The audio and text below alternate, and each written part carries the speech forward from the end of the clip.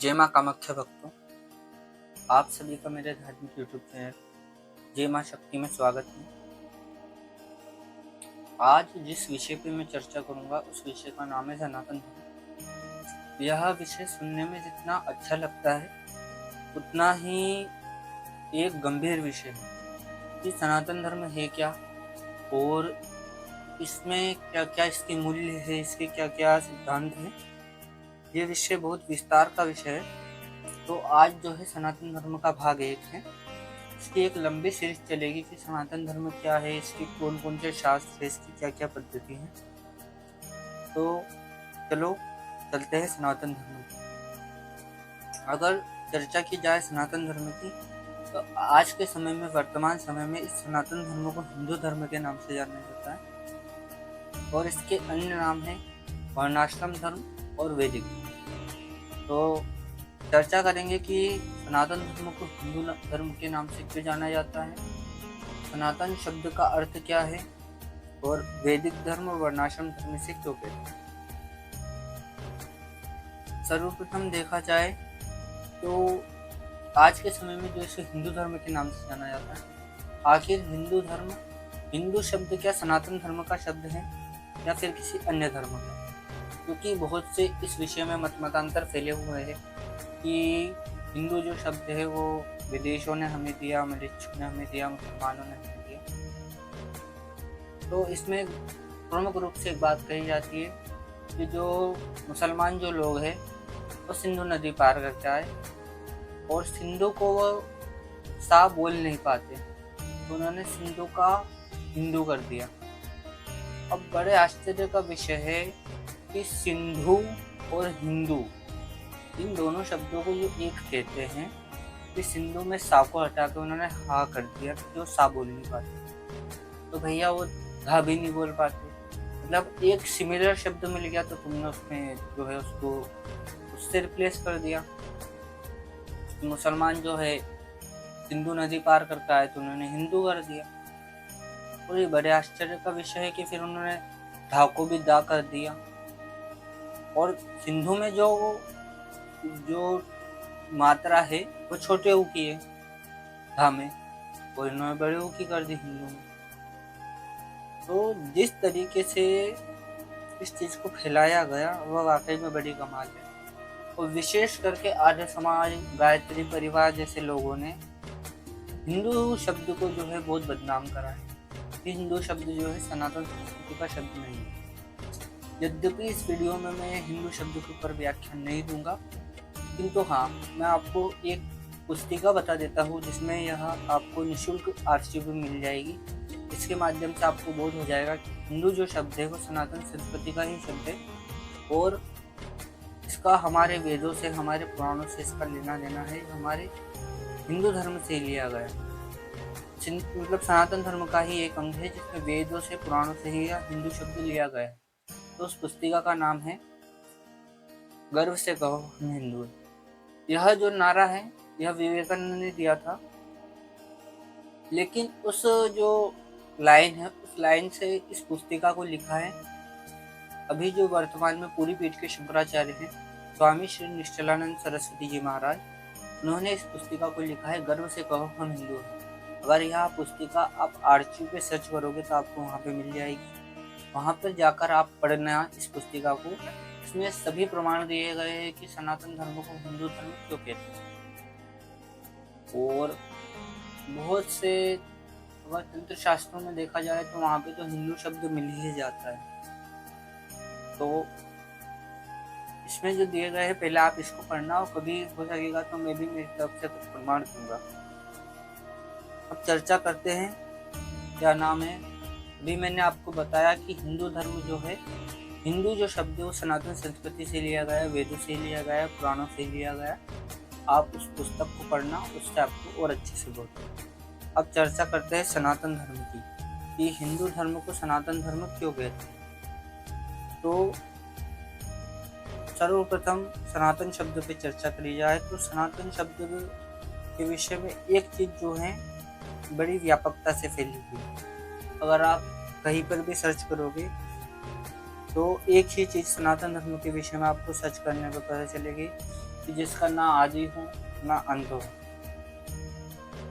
उसको सनातन कहते हैं। अगर देखा जाए तो एक परिभाषा ठीक है कि जिसका ना आदि है ना अंत है, वह सनातन है।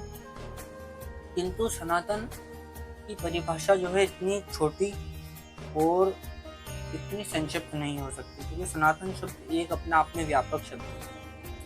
सनातन जो शब्द का जो प्रयोग है हम धर्म के लिए करते हैं, किंतु सनातन शब्द जो है प्रत्येक वस्तु के ऊपर भी, प्रत्येक तत्व के ऊपर भी लागू होता है। तो विशेष करके सनातन शब्द का प्रयोग परमात्मा के लिए ही किया जाता है, क्योंकि वो ही जो परमात्मा है वो ही सनातन है, आत्मा ही सनातन है, परमात्मा ही सनातन है। तो सनातन शब्द परमात्मा वाचक है। इस विषय में ब्रह्म विवृत पुराण में 2 उक्तियां मिलती हैं। सर्वकाले सना प्रोक्ता इति सनातना, अर्थात जो सभी कालों में एक जैसा हो उसे सनातन कहते हैं। अब सभी काल यानी भूत भविष्य वर्तमान में जो एक जैसा हो, इसमें कोई परिवर्तन ना हो, उसे सनातन कहते हैं। अब जैसे कि आप अग्नि को पानी में डाल दोगे, अग्नि में पानी डाल दोगे तो अग्नि बुझ जाएगी, तो वह सनातन तो नहीं है।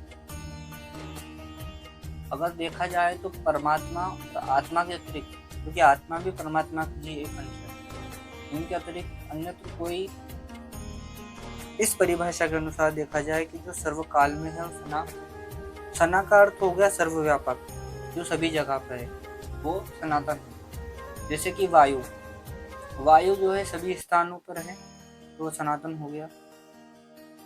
इसके अतिरिक्त एक और परिभाषा जो है वो ब्रह्म विवृत पुराण से ही मिलती है। निर्गुणस्य च नित्यस्य वाचकस्य सनातना, अर्थात जो निर्गुण हो, जो नित्य हो, वह सनातन है। अब निर्गुण जो है उसका एक अर्थ होगा निराकार और एक अर्थ होगा गुण व दोष से रहित। तो यहाँ पे जो निर्गुणस्य च नित्यस्य वाचकस्य सनातना में जो निर्गुण का अर्थ होगा जो गुण और दोष से रहित हो, वह सनातन है, अर्थात जिसको गुण व दोष प्रभावित नहीं करते हैं, और नित्य जो सभी जगह विद्यमान है, वह सनातन है। जैसे कि अग्नि का धर्म है जलाना, तो अग्नि अपना काम जलाना ही करेगी, तो वह नित्य है, उसका कर्म है, तो वह सनातन है। ऐसे सनातन शब्द अति व्यापक है और सनातन का जो मूल अर्थ है वो परमात्मा है। परमात्मा द्वारा प्रोक्त यह धर्म होने के कारण इसको सनातन धर्म कहते हैं। यह एक संक्षिप्त मैंने चर्चा सनातन धर्म पे करी। अब देखा जाए कि सनातन तो हो गया, किंतु अब इसके 2 अन्य नाम और शेष बचे। एक है वैदिक धर्म और एक है वर्णाश्रम। वैदिक धर्म तो शब्द से ही स्पष्ट है, जिसके मूल जो आधारभूत शास्त्र है, जिसकी जो मूल आधार है वो वेद हो, उन्हीं को वैदिक कहते हैं। वेद का अर्थ होता है श्रेष्ठ ज्ञान, जो सर्वोत्कृष्ट ज्ञान उन्हें वेद कहते हैं, और वो ही वेद जो है सनातन धर्म के मूल स्तंभ है।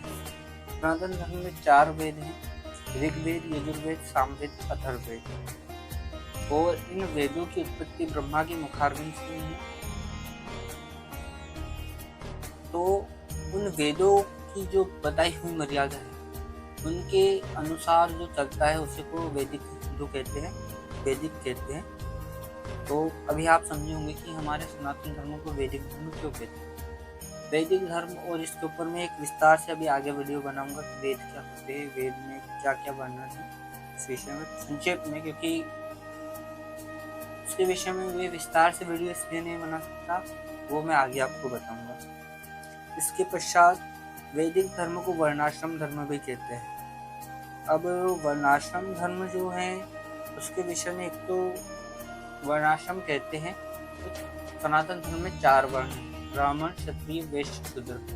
तो इन चारों वर्ण के अपने अपने कर्तव्य हैं। तो सर्वप्रथम तो आज के इस वीडियो को यहीं विराम करते हैं।